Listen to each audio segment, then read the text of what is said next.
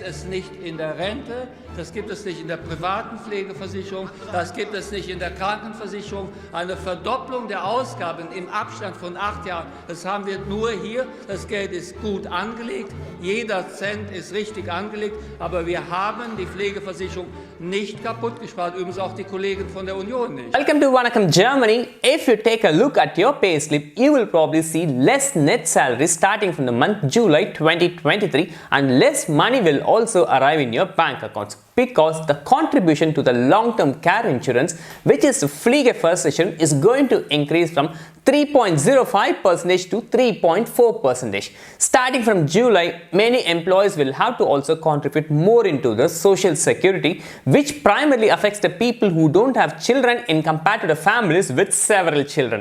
In this video, let me explain you about the upcoming Pflegereform reform and how it benefits certain group of people and how much money you will have to pay in the future. For the people who are not aware of me, myself Balaji, we do make videos all about Germany. If you're new to this channel, take a moment to subscribe this channel to get regular updates. If you're ready, come, let's get started.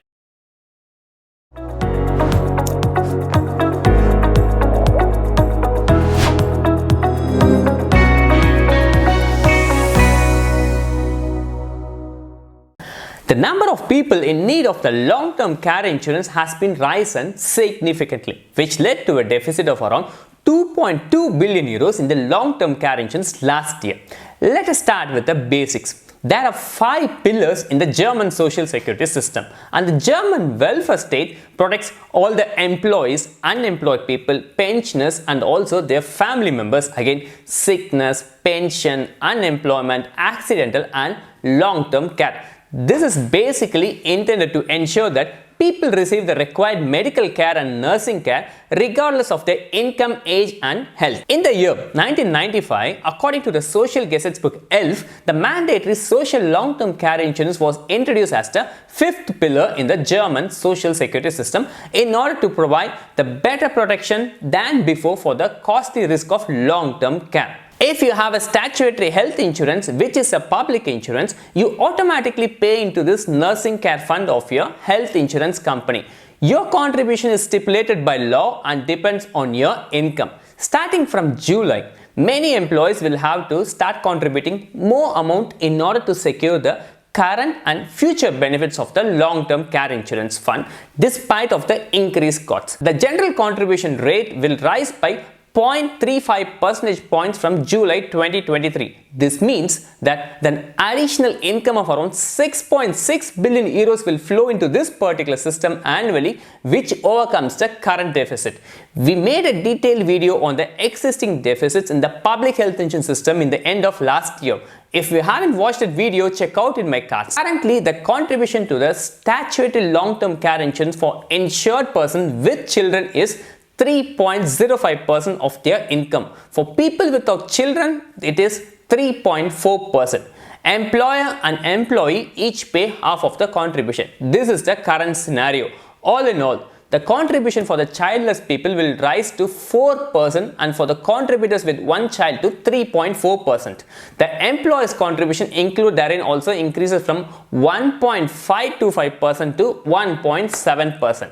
Starting from July, this contribution rate will be increased to 3.4%.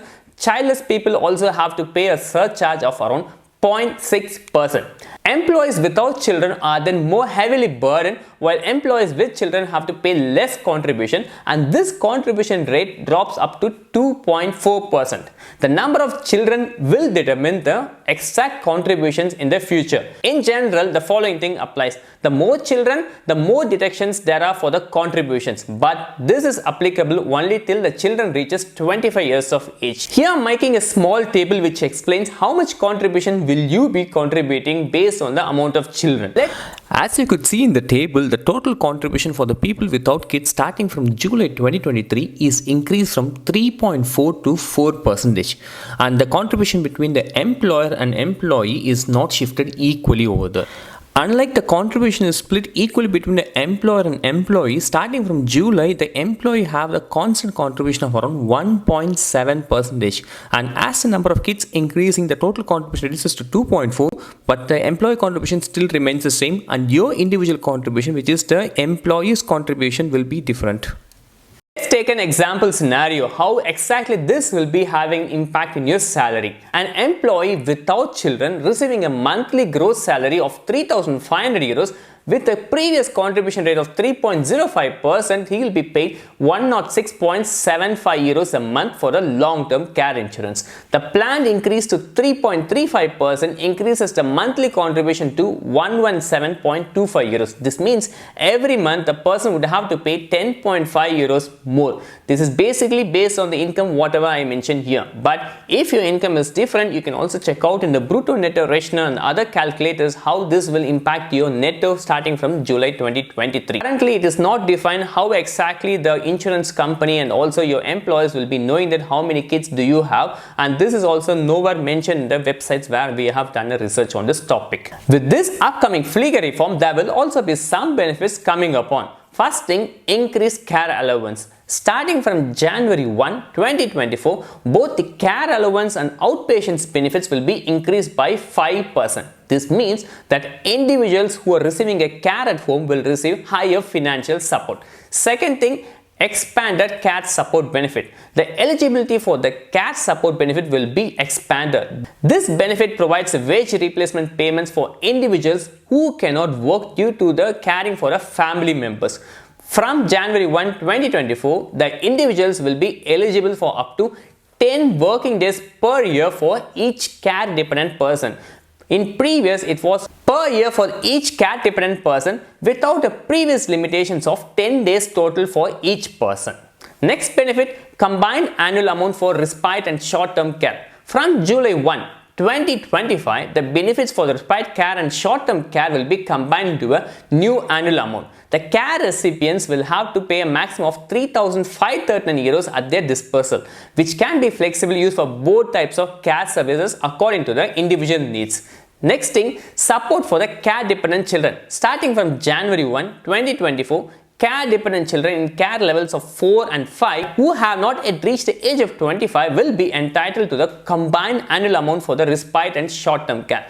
The aims to provide immediate support to families caring for the children at home. There are few more benefits which I am not going in detail. It's each and every benefits due to this upcoming Pflegereform, but you can check out the source link which is also given in the description. What is your opinion on this particular reform? Kindly leave a comment in this post. This particular current increase will be affecting only for the people who are in publicly insured. People who are privately insured will not be affected for it. If you're looking to shift from public to private for some reasons, you can also get in touch with us by booking a free appointment with us. Not every people will be benefited by shifting to private. Only certain group of people will have the benefits. To know more in detail, click the link which is given in the description. We hope this video has provided you with a valuable information about the upcoming updates on the Pflegereform. As always, stay informed by referring to the official government sources for the most accurate and up-to-date information. If you found this video useful, don't forget to give it a thumbs up and subscribe to our channel for more informative content on all about Germany. Thank you for watching and we will see you next video. Until then, bye bye from Vanakkam, Germany, Balaji.